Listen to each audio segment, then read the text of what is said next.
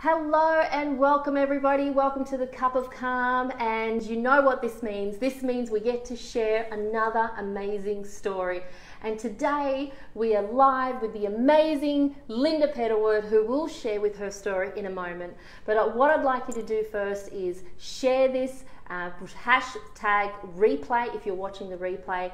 Join in the conversation. If you have any questions, any comments, please feel free to pop them into the comment section below. But most importantly, grab your cup of calms because we have ours right here, and enjoy the conversation where we get to feel inspired, where we get to feel empowered by hearing other people's story. And what better way to do this with a cup of calm in our hands? It's a relaxing. I'm so relaxed. Welcome, Lynda. Welcome. Thank you so much for taking the time to be here and share your time and story with us. How are you today? I'm good. I'm really good. Thank you for having me here. Every day is a great day. Lovely. Yeah. So for those of us who haven't yet had the privilege to meet you, and look at me, I'm light, I'm dark, I'm light. It's like life. We could be a bit of a dance. Yeah. Ooh, jiggy. So for those of us who haven't had the privilege to get to know you or haven't met you yet, who is Lynda? Ooh, that's a big question. Who is Lynda? Well, I am inspired by people who have overcome adversity, and I suppose I did that in my life. I came up through the school of hard knocks, as a lot of you may have. I want you to imagine it for a moment, a little girl, 2 years old. Her mother's carrying her to a car, and there's sadness in the mother, and the little 2-year-old feels it as she's being carried to this car. It was back in the 60s. And so the car was a big white Dodge Phoenix, huge car, and they used to load all the kids in the back. So there was 3 kids in the back already. This little 2-year-old's 2 older sisters and her older brother. And the little girl was put in the back. She didn't want to let go of her mother because some part of her knew that life was never going to be the same again. And the man standing beside the car said to her mother, and it was her father, said, "You're never getting them back." And that little girl grew up with that angry, abusive, alcoholic father, hardly ever seeing her mother, definitely not living with her ever again. And that little girl who grew up in that abusive, alcoholic environment had so little self-worth and confidence, and went down some slippery slopes emotionally in her life. Well, that little girl was me.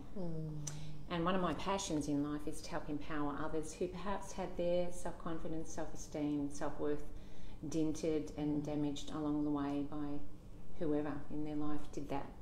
So that's in a nutshell. There's much more to it. I bet. How deep do we want to go? Wow. Well, what's been beautiful about my story, and what I love about anybody's story, and it is a story, you know, things happen to all of us. It's what are you going to do about it? I like that. And I've used my story to help others, particularly, like I've got my own coaching hypnotherapy practice, but domestic violence and helping empower women to, so I'm at a sanctuary refuge for domestic violence. Every Monday I give my day.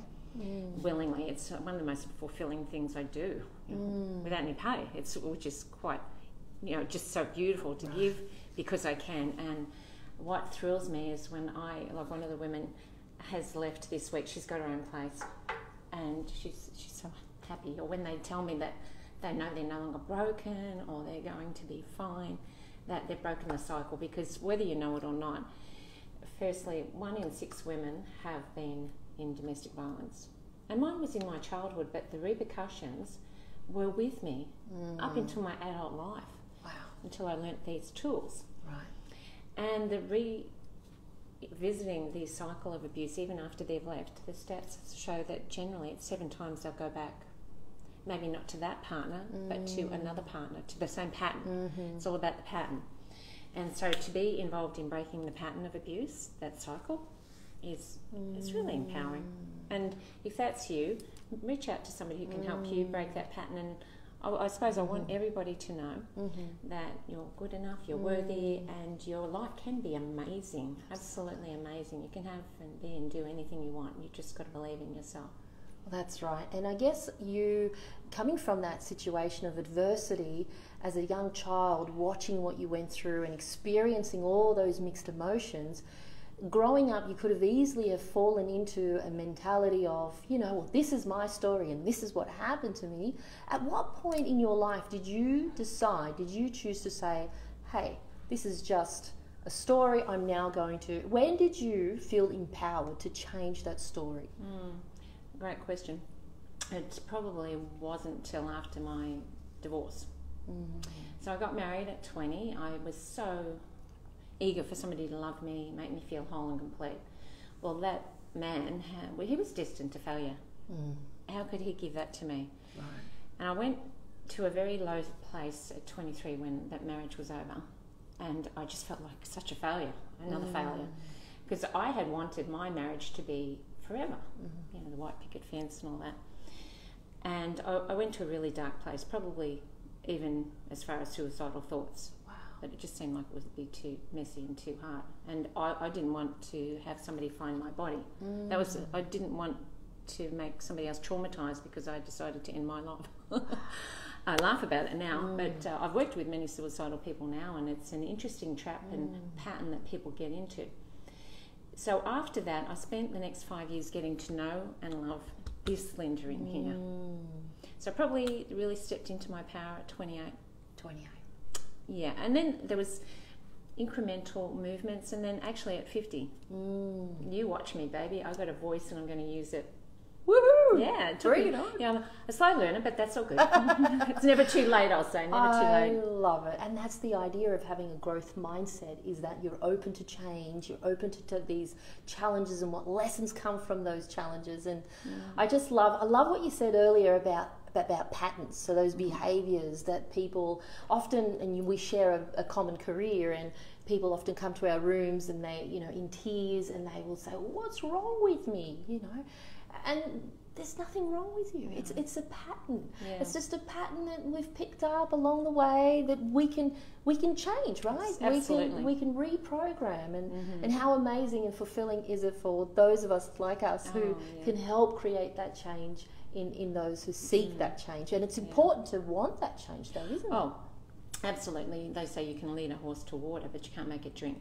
And before I will take anybody on as a client or even work with them one-on-one at the sanctuary, the refuge for women, they must want the change, not me. And I wanted to heal the world when I got all these wonderful tools. Come on, I can heal the world. Well, number one, the world doesn't need healing, and number two, people have to want the change. Which is a great segue to what I said I'd be sharing with people. Let's bring it on. Yeah, so on my journey, look, the sun's just going down. It's my favourite time of the day. We're right here overlooking the sunset. Yeah, so I became aware that I was not happy on a deep level and not fulfilled. And I would actually call it very stressed in that unhappiness. And I realised a lot of people are stressed. Call it whatever you want to.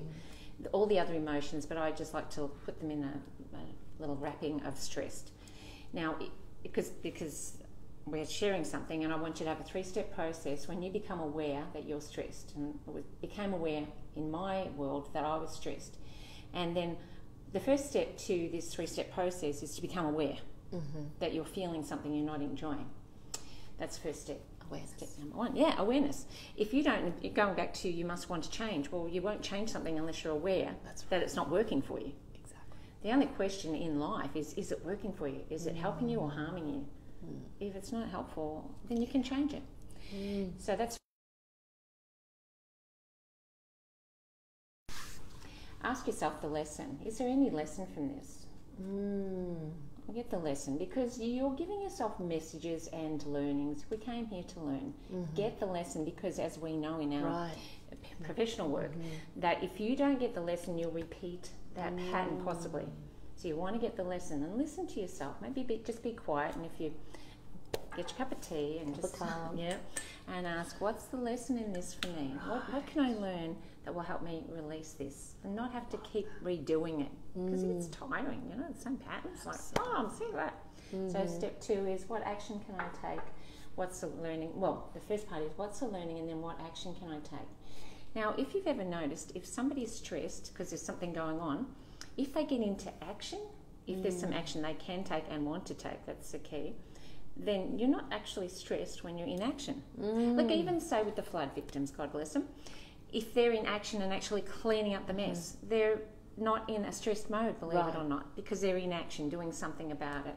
So take the action, or if in the situation that there is no action to take, this is called wisdom. Step number 3, just let it go. I love it. Because I'm devoted to being peaceful.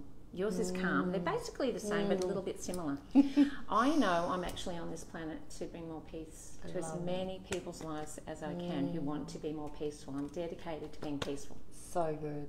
Let go and let go and let God. Surrendering. Yeah. Yep. Surrender. I love it. I love it. And so they're your top two. So tip number 1 was awareness. And first of all, be aware of the situation, what you're thinking, what you're feeling, what you're experiencing. Number 2, is there anything to learn from this? what's the lesson in that? Yeah. Right. Yeah. And number 3, Well, part of number 2 is there any action I can take? any action. What can you do about the situation? And if there's no action you can take, then step number 3 is step into that wisdom and let it go. Surrender. Yeah, and choose differently. Choose calm. Yeah. If you're a chibby, or peaceful, or relaxed, whatever. Choose something that makes you feel better. And choose, because I say, like, happiness is a choice. Agreed. Peace is a choice. Have to agree. Yeah. I love that. I love that. You know, you're so spot on. We can feel miserable, and then we go to put a comedy movie on, but we're laughing.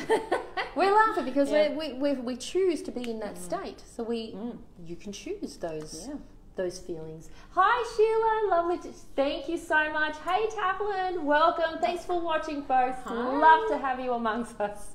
So that's amazing. I love that. Words of wisdom. Now, I've got a couple of firing questions. Quick fire. And so I have to answer quickly. They can be short answers. They can be one word. Up to you. Okay. Favorite quote? Oh, gee, there's so many. What's the one that comes to my mind? Come on, Wayne Dyer. Oh, well, one of his beliefs that I'm attached to is be open to everything and attached to nothing. And that's with so many things. Be open to in your thinking, in your emotions, in your adventurous nature in the world. Be open. Just be curious and attached to nothing. Attachments. I actually believe that attachments and expectations lead to suffering. Boom. You know, we get so attached to how somebody should act or what they should do or what they shouldn't do. You know, there's been a lot of attachments with a lot of people during COVID craziness. And when you just can look at it as an entertaining movie going on, that's very, very different. Agreed. Favourite pastime activity? Bike riding. Nice. I love my bicycle. Nice. What legacy would you like to leave your family, the world? Yeah, more peace.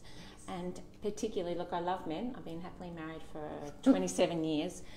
But I'm really dedicated to women finding their voice. You know, when more women find their voice, become empowered, I think we'll have a more balanced world. Women tend to rule from and make decisions from their heart as opposed to men. I do love you men. Get more heart-centered if you're a man in power. But women, come on, find your voice.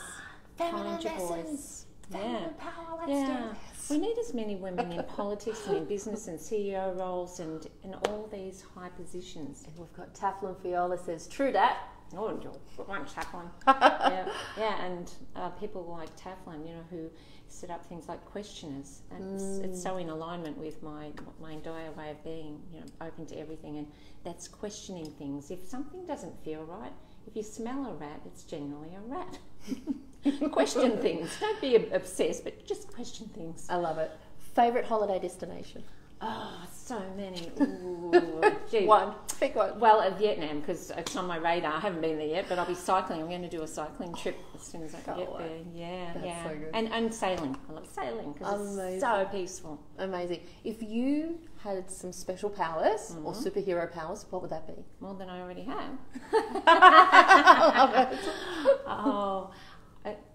There's a book written by Anita Majorni called What If This Is Heaven? And so many days I end up in tears of gratitude, particularly when I'm at the beach this time of night.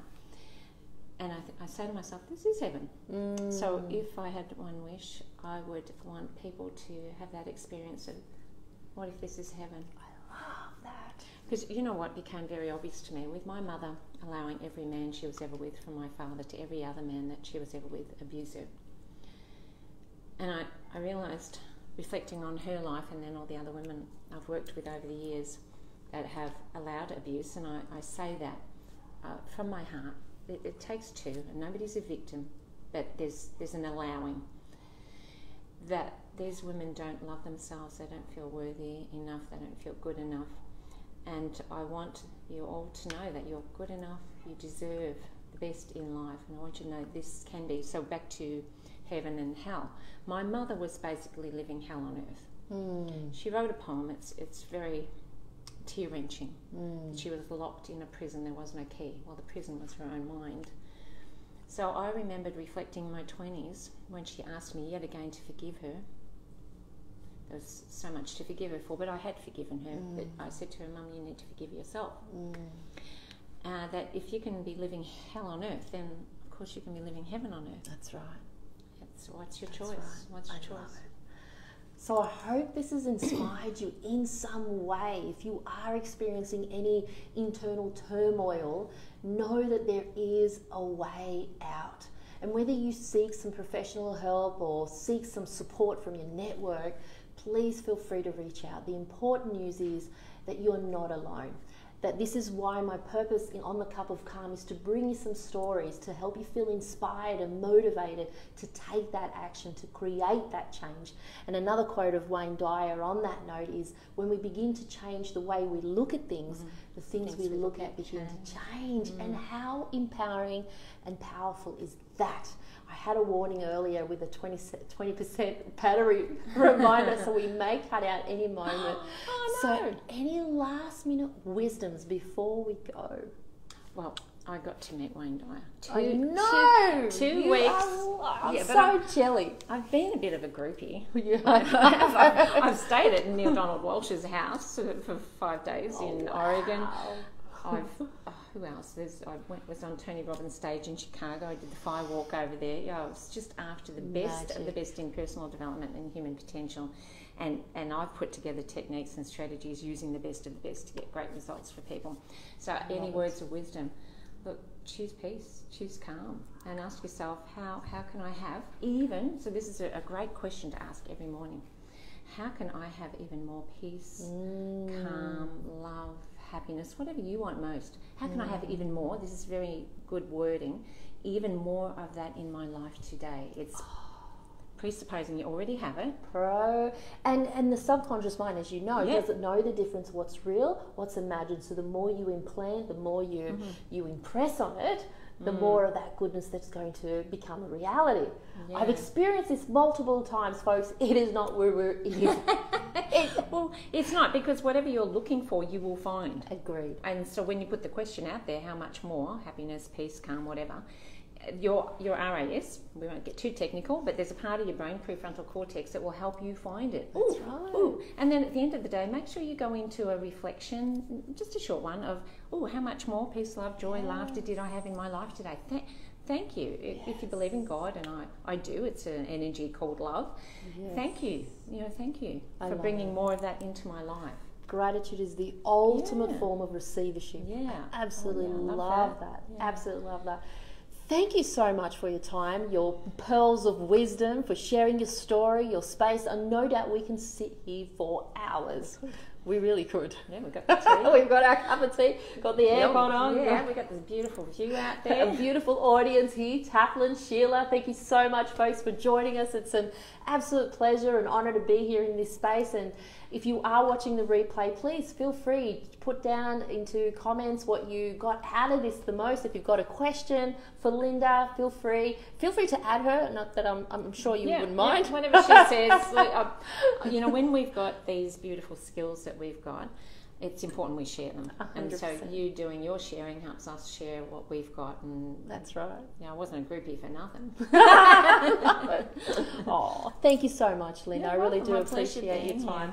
Thank you so much, folks. And we've got Sheila reinforcing how to find peace. Lovely share. Thank you. Oh, thank you so much, Sheila, for tuning in. Much appreciated. So much gratitude for you all. And how amazing is technology? Gratitude for technology for allowing this opportunity. Absolutely. Thank you so much for all the loves, the likes. Feel free to share this to anyone who you may think will benefit. Thank you again. Have a wonderful evening and God bless. And remember to have a cup of calm. Peace be to you. Bye.